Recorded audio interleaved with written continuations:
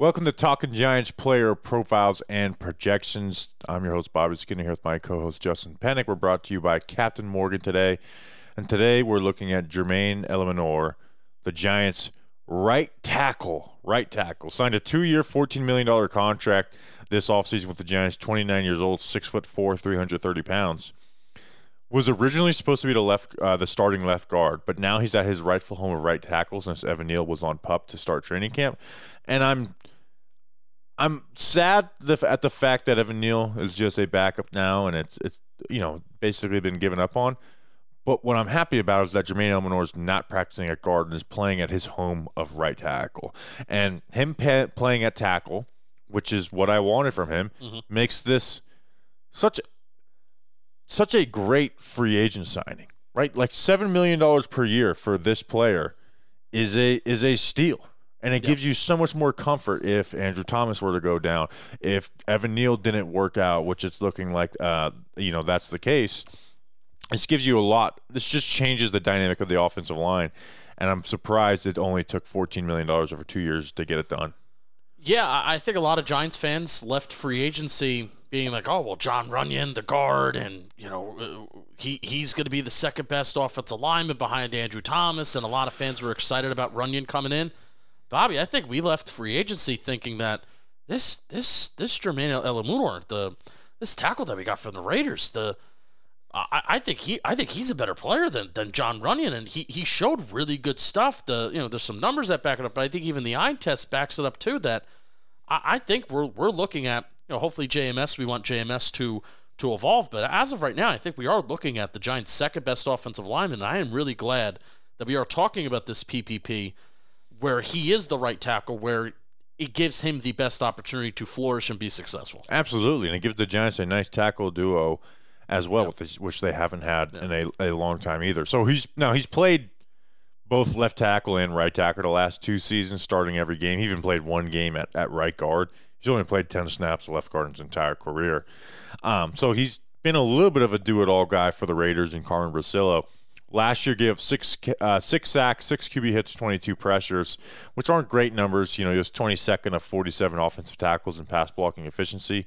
The year before that, 3 sacks, 3 QB hits, and 20 pressures, 16th of 56 offensive tackles in pass blocking efficiency. I mean, he's a solid pass blocker. He's not a ass-kicking, highlight reel pass blocker, but he has been a solid pass blocker over the last 2 years at the tackle spot, and specifically right tackle. You go, not all of them, but you look at, and left tackle he is weaker overall when he's in that spot. It's a tougher position. Yeah, and it's a tougher position, and he's having to change to it on the fly in the season. So he's been better at right tackle. But I will say, he's someone who is very anti-moving offensive linemen around spot to spot.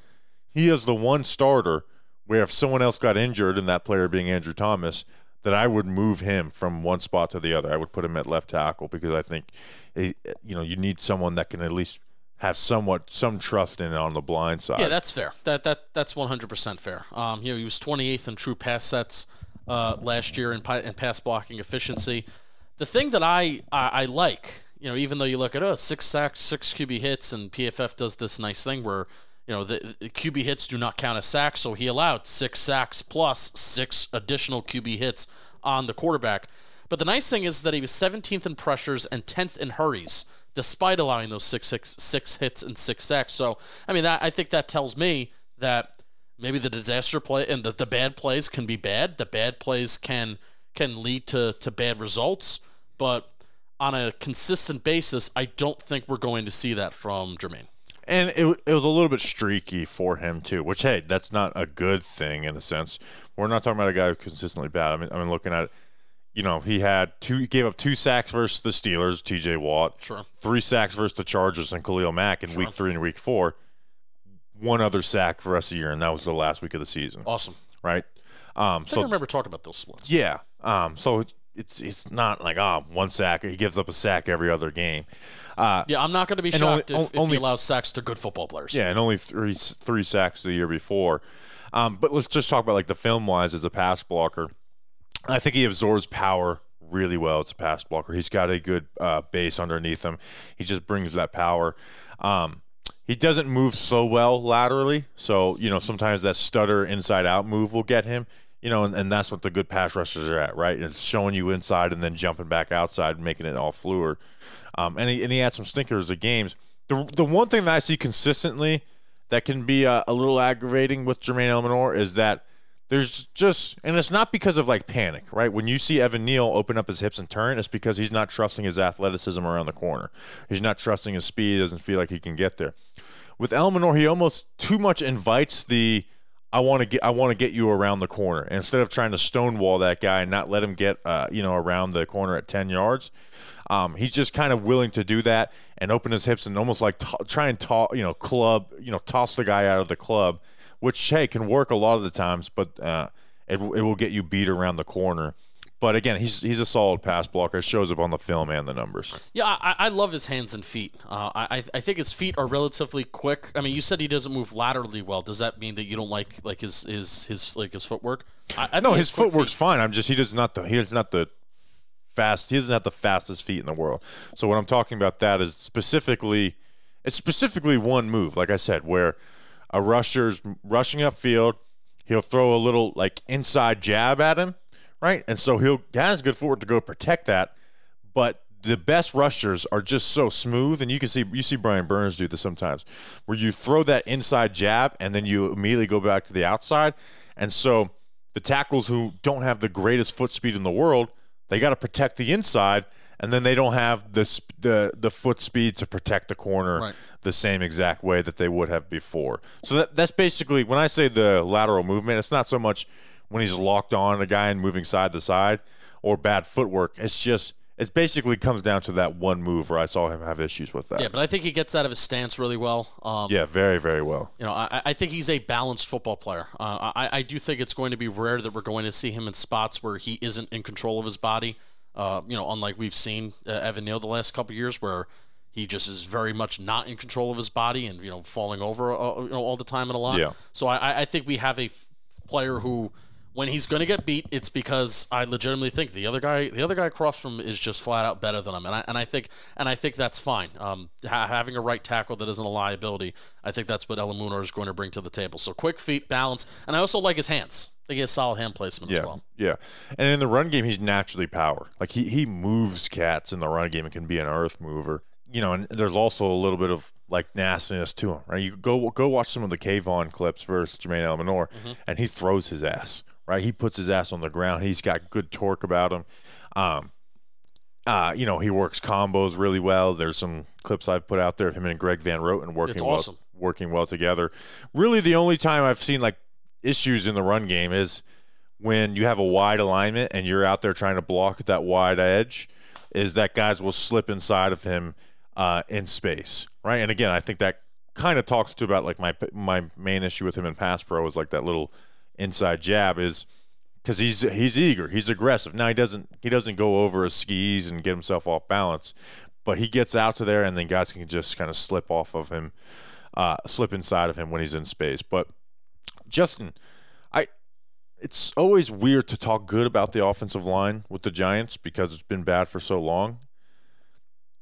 This is the best offensive tackle duo since when? I don't know. I don't know. Like Andrew Thomas and Cam Fleming in 2020. The second half. But this is better than that. This is a better Thomas, and Jermaine's a better player than Fleming. Yeah, I agree with that. I can't tell you. Is it Deal and Kareem McKenzie? It's possible. Very possible. I think it is, which is crazy. So hopefully he's both those guys are able to stay healthy because it'd be really nice to have your corners where you're. Again, Eluemunor is going to have some bad plays and he'll have some bad games. But if he's what he was last year and the year before, it changes how you can game plan on a week in and week out basis. And I think it doesn't mean you won't have bad games, but when you feel comfortable about your corners, pass protection wise, it just totally changes what you can do as a play caller. Just a little more longer developing stuff. We know the interior still has to hold up, but less tight end chipping. Yep. More sending five out, right? Yep. Don't the Giants like to Brian Dable likes to send five guys out, but you can't do it a lot when you have Evan Neal at right tackle and the way the interior has struggled over the last years. Right tackle play And yeah, I guess in general offensive line play, we know this too. But right tackle play has held back what the Giants have wanted to accomplish offensively. And really, when they've had even somewhat consistent right tackle play with even, like, I think Tyree Phillips has been the most stable right tackle over the last couple of years. You do see some good offensive games and some good Giants offensive performances. So it will make the entire offensive line feel so much better if you have, two of your tackles that are taking care of business. And even if the interior is a little bit on the weaker side and there are some questions there, if the two tackles can take care of what's in front of them, I think the offensive line will feel completely different, and it's going to hopefully be an awesome feeling. Absolutely. Justin, why don't you talk to us about something? Oh, we'll talk to you about the captain. Oh, boy, did you miss talking about the captain? Because, oh, boy, I sure did. It's been a day or two since I've got a chance to talk about the captain and think about him. And this PPP is brought to you by Captain Morgan. Did you know that they're the official spiced rum sponsor of the NFL? I did not bring glass on this trip intentionally, so Bobby Skinner can't throw it above my head. This NFL season, you need to spice things up, and you need the right players in the game, and sometimes do not get the lamp. No, do not get the glass that's in this hotel room. When it gets bland, try Captain Morgan Original Spiced Rum. It's delicious. Oh, he's got a mug. I got some Captain Morgan in this cup. It's delicious and crisp and perfect for game day with friends. It's time to spice it up, almost like the Giants spiced up their offensive line room this offseason. They got different. They made some investments. Visit CaptainMorgan.com to find Captain near you. Please drink responsibly. Captain Morgan, original spice rum, 35% alcohol by volume. Captain Morgan Rum Company in New York, New York. Thank you to Captain Morgan for sponsoring everything that we're doing this summer. There's so much glass in this room. Bobby Skinner, you'll be glad you did. You'll be glad you did. Let's talk about Andru Phillips. Drew Phillips. I saw that he was on the depth chart or the ESPN stat book as Drew Phillips. So maybe I like to call guys by their names that are on the stat book. Maybe it's just Drew Phillips. It is. Drew Phillips, the cornerback, rookie out of Kentucky, 5'11", 190 pounds, 31 and a quarter inch arms, ran a 4.48 40 and a 42-inch vertical at the combine. 22 years old. He's going to be a nickel corner for the New York Giants after they drafted him in the 3rd round. We'll talk about it in depth. He's a talented cornerback to me who needs to figure out a good amount. But from the small sample size that we've seen of him in preseason training camp, there's one thing that's really translated from the college level to the NFL level, and that's physicality and mental toughness with Andru Phillips. Yeah, I mean, that's what this defense needs, man, especially when you talk about a year in 2023 where Adoree Jackson is not very well liked in the building anymore, most likely, because the Giants desperately need corner help, and Adoree Jackson's on the street, and he is not a New York Giant, at least by the time at the time that we're recording this PPP. I think it's safe he won't be by the time this one comes out. Right. But I think that just goes to show that physicality left the corner room and left the secondary in the year 2023, and Drew Phillips is gonna bring it. And even if he has a high missed tackle rate, and he's certainly gonna try. He's gonna get his nose involved, and I think he's been a breath of fresh air when it comes to stop the run and bringing the pop for this Giants secondary, at least so far this camp. So, as an athlete, right? He's good long speed. He doesn't, he didn't get beat over the top at Kentucky for the most part. How long are his arms? 31 and a quarter inch, which for nickel corner is pretty damn long. Yeah, past the threshold. He's got the size to play outside, which he did mostly this last year at Kentucky. But he's got his change of direction and burst is great. He makes smooth transitions, and then he has the physicality and the strength. His stats last year at Kentucky, in 12 games, he had 47 tackles. He allowed 38 catches on 57 targets, which is a 67% completion percentage, so that's not good. That's 434 yards, 7.6 yards per attempt, 3 touchdowns, 0 interceptions, and then 6 pass breakups. I think the reason why the Giants brought him, one is the athleticism that he brings, but he is physical in press. He's confident in his press to not overextend or anything either. He's not this, all or nothing jam guy. And he's physical throughout the route, good and bad. We actually even just talked about this on our rookie report on the Tiki Barber episode, that he can be overhandsy at the stem and at the catch point, but he just plays with a level of physicality. He has that. But the negative with Phillips that we saw at college is, and this is part schematic, but part him, he's struggled at the catch point, is just it can be good for 90% of the snap, and it just he allowed catches, right? He allowed guys underneath him. Like he's able to close cushion quickly, but he allowed cushion, and at the catch point there was struggles, and I think that's the main reason he's playing in the nickel. The physicality and run defense is a part of the strength of playing in the nickel, but the main reason I think that there was not even a consideration of playing outside. Like he showed up the rookie camp, they said nickel, nickel, nickel, nickel. All he's doing is practicing nickel. I put together a compilation of them saying nickel so many damn times. It's because he's not someone that you can trust against a bigger receiver at the catch point. I do think there is a conversation to be had about Kentucky setting him up for not great things last year, where and he allowed a lot of those catches in zone coverage, Bobby. Yeah. I do think this is a man coverage corner. It's a little tough where we're talking about a man coverage corner that has a lot of trouble making plays on the football. You mentioned he had 0 interceptions this past year in 2023. Because he had 0 interceptions. Or the year before, too. 0 interceptions in his last 2 years, really, as a starter. So, but I do think he is a man coverage corner. If he can learn to turn his head to play the football more, I think that is where you can see some ball production increase, even if it's not interceptions. We're talking about pass breakups and forced incompletions. Zone coverage, I don't feel good about him. But it's the man coverage where he can show those physical traits is where I do feel good about him. And if I have a feeling like this is a young player that if Shane Bowen is going to be asking him to do that, hey, we're gonna disguise this, and at the snap of the ball we're gonna show one thing, and then post snap we're gonna make you transition into the next thing, and you got to get to your spot, but then you also have to process what's in front of you.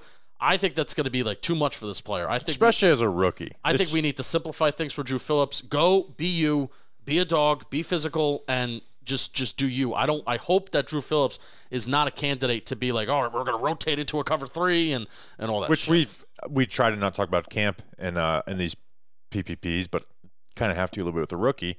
There's been a few times where it's like, blown coverage, this is because of Andru Phillips, and it's been exactly that. It isn't just some basic zone. It's some, hey, post snap, we're disguising this rotate. Phillips is in the wrong place, and it allowed for a wide open, big play for the Giants offense in the camp practices. And in zone, that's where you just saw him play his worst, just flat out coverage too. He just was way too influenced by vertical sell from receivers because he didn't want to give up that big play, and just not able to get in the catch space to make those plays. But the other reason why is, Nick, we talk about he's a competitive run defender. Like he gets in there. We even saw a little bit of that flash in the preseason, but he does have to clean up as a tackler. Now I think he'll be better as a tackler when it's within the box and less open space type of stuff. But in open space, he was just a pretty damn bad tackler at Kentucky. So the main things, like I said, it's like with Drew Phillips at Kentucky, it was 85% of this is good. Finish the plays, right? Yeah. Whether that's playing the ball in the air or finishing a tackle in the run game or in the yak game. It's just you got to finish those plays, and that's why my first bullet point on him when I did my draft write-up before the draft was talented cornerback who needs to figure out a good amount. Like there's a good amount that he needs to figure out, but the talent is there. That doesn't always translate to the NFL, right? You can bet on upside all you want, and sometimes that upside doesn't reach his potential, but he does have that ability. Yeah, only 8 targets in man coverage, 43 targets in zone, which was the 5th most in the nation this past year among draft-eligible players. But hey, like I said, only 8 targets in man coverage. So I hope they put Drew Phillips in a position to succeed, be a better tackler, or at least if you're not going to be a great tackler, at least stop the guy long enough for the rest of the swarm of the defense to get there. I'm excited for what Drew Phillips can be. I have doubts of him overall as a draft pick. This is the overall draft slot that I get a little sour about not taking an offensive lineman. But hey, go out there, prove me wrong, shut me up. And he is the Giants starting nickel. Like there's not even, like it was a camp battle, and we thought Nick McLeod was doing well, but Phillips has become that guy. Yeah, all right. Go out, shut me up. Shut it up. All right, we're shutting up for this episode. We will see you tomorrow. Until then, let's go Big Blue.